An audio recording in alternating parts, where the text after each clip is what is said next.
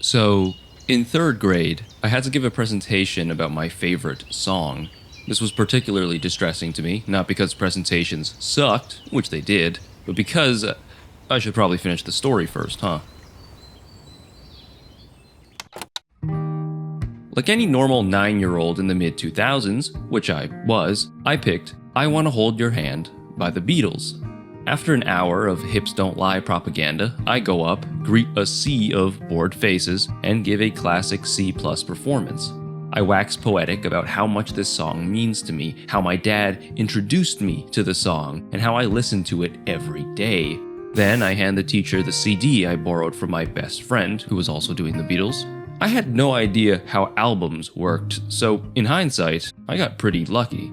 Anyway, she pops it into the boombox and immediately she's jamming. She loves the song. She's dancing, she's singing along, and she's looking over at me, waiting to see me dance or sing or something. And that's when it hits her. This kid has never heard this song in his life. I wasn't allowed to listen to much music growing up. Music distracted you from studying. Radio tunes were decadent Western detritus. Headphone radiation gave you brain cancer. The 90s, I'm told, were a time of alt-rock and grunge and metal and cos-porta prose. Stacey Rockford, no brain cancer, is eager to escape her small Californian town, a place called Blue Moon Lagoon, to become a music supervisor in New York City. Rockford is a troublemaker, a skater, a music snob, and on her last day in town, she curates the perfect playlist. A selection of songs for the perfect final day with her two best friends, Slater and Cassandra. Music, as she describes to the player, is a record of who you were. Music, as she describes to Cassandra, holds you in the moment. Mixtape is a series of moments from Stacey and Co.'s high school life leading into the events of this final fateful day, a selection of their greatest hits together, each one scored by a song handpicked by Stacey. The trio bombs hills on skateboards, frolics through the forest, teepees a house, gets drunk, gets high, gets busted by cops, while songs like That's Good by Devo, The Touch by Stan Bush, Love by the Smashing Pumpkins, and Roads by Portishead cheer them on. Unfortunately, as often happens with plans, things go off the rails and her playlist doesn't survive unscathed. As the final hours approach, even the adventurous, shamelessly cringe, small-town hating Stacey starts to get a little scared. Her music can hold her in the moment, but the moment isn't always as predictable as the music, and scarier yet, the moment can't last forever. If it wasn't obvious, Mixtape's soundtrack is kind of important. It's been described as taking a shotgun approach to nostalgia, hoping that players find some song or song-backed memory to latch onto. Is Mixtape the game for you? Well, Stacey is a music and film nerd, one step removed from, oh, you like this band? Name 5 songs. Her friends jokingly call her out for performative artsiness. She doesn't mind, after all, her taste is her golden ticket out of here. That taste, or rather Studio Beethoven and Dinosaurs, gave us Mixtape's all-important soundtrack and the expressionistic explosion of sights and sounds that each song supports. Stacey Rockford is also very white. Not only that, Blue Moon Lagoon is a vessel that houses every American pop culture reference, coming-of-age cliché, and cultural touchstone that survived Beethoven and Dinosaurs' culling process.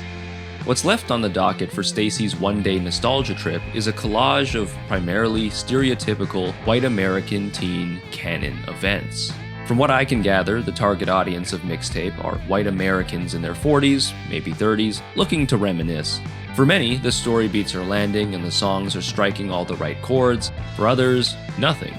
Mixtape's attempt to smash random nuggets of nostalgia into an amorphous lump that hopefully resonates with everyone is met with an eye roll and a sigh. In modern day entertainment and beyond, everything is nostalgia. We're inundated by remakes, remasters, reboots, sequels, prequels, revivals, and stories about the good old days. We buy up commodified units of our own childhood like it's a drug, while our present deteriorates in real time. On Mixtape and nostalgia bait in general, Cameron Kunzelman writes, It's like someone telling you how it was back in the day, or gesturing to a Victorian attitude. It is convenient cultural shorthand for us to collapse all of time and space into an aesthetic package so we can name it, corral it, and put it on the open market. That's what we call genre under capitalism. Cameron goes on to discuss how Mixtape, sincere as it is, has nothing to say about nostalgia and its place in today's world, and so all that's left is vibes. I can't find myself disagreeing with anything he writes, but I really enjoyed Mixtape, and the reason is, I've never heard any of these songs in my entire life. Minus the Portishead track. I've never even heard of half these bands, and certainly none when I was a teenager. Kid me couldn't even name this many bands.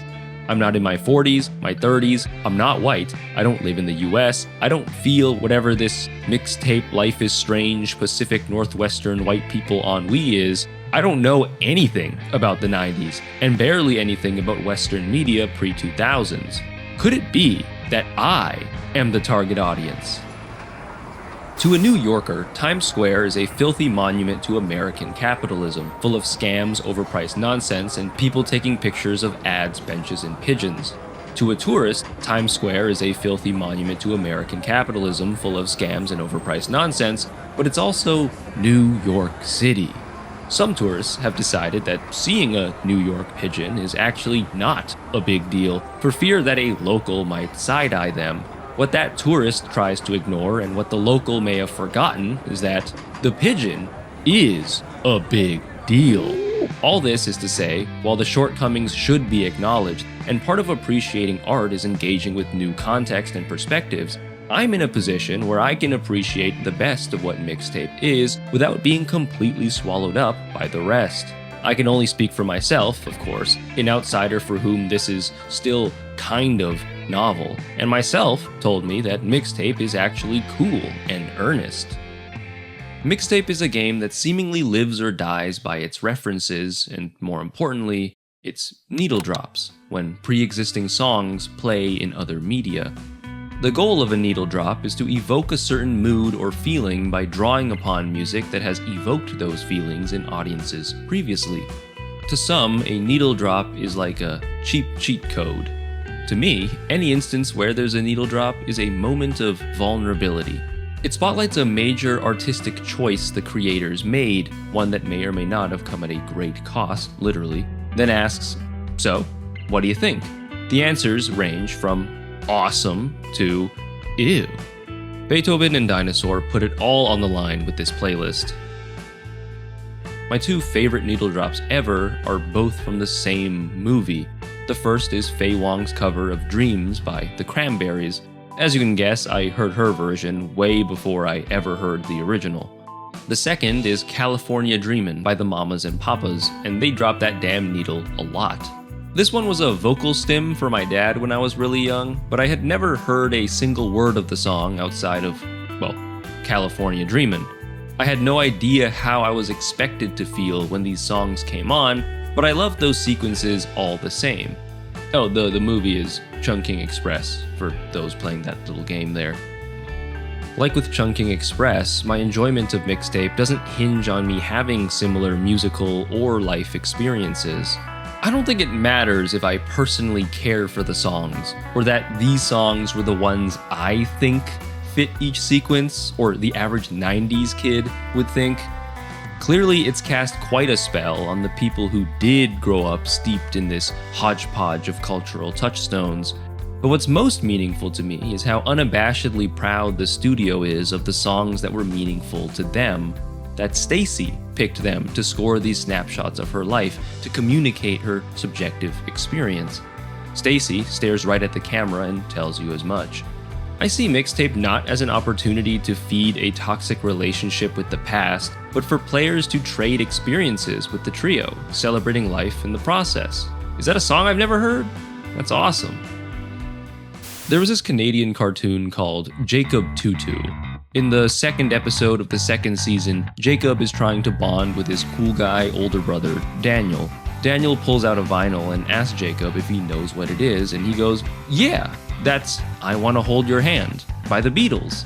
And then he breaks the vinyl, his brother's arm, there's time travel, but for a second, his brother saw him as one of the cools. Cool meant you knew about I Wanna Hold Your Hand by the Beatles. I wanted to be cool. If Kid Me played Mixtape back in the day, I probably would have said, "Oh God, the family computer just caught on fire." My reaction most certainly would have been, I don't know, jealousy? Like, why couldn't I know ball? Like Stacy. I'm told I'm an adult now. Adults, hopefully, don't feel bitter towards literal children. Adults feel nostalgia. But many mixtape enjoyers, I reckon, feel anemoia. Anemoia is a sense of longing for something you yourself have never experienced. I can watch Chungking Express and get nostalgic for Hong Kong pre-me. I can watch Before Sunrise and get nostalgic for Vienna pre-me. Anyone can play a video game and long for the small American town they never grew up in. But I think anemoia, though often characterized by a deep, pervasive, unexplainable sadness, an emptiness of the heart, is not inherently rooted in negativity or self-pity or this desire to redo your childhood. I don't wish I grew up as a white girl from a small town in the 90s, a happy Asian Heritage Month. The bittersweet anemoia I feel playing Mixtape is rooted in an interest in the human experience. You can never directly experience lives or memories outside of your own, so you feel this yearning to be closer to something so distant, yet feels so familiar, so human. Regardless of place or time, we are all connected by this thing called the human condition. Maybe that makes it not anemoia anymore. I don't know. Maybe I just wanted to put that word out there. Whatever it is, I'd like to think this anemoia is a natural product of empathy. You know, the thing foundational to enjoying other people's art. Look, I'm witnessing the greatest hits of some folks past playing out, a kaleidoscopic, expressionistic blend of eras, sounds, events. A big grab bag of assorted vignettes rooted in these emotional truths that unite the developers. This feeling I have stems from a desire to celebrate these moments being shared with me. It's someone being told a story about someone else, the most emotionally honest version of it, and seeing themselves in that person's shoes even though they could never actually be in their shoes.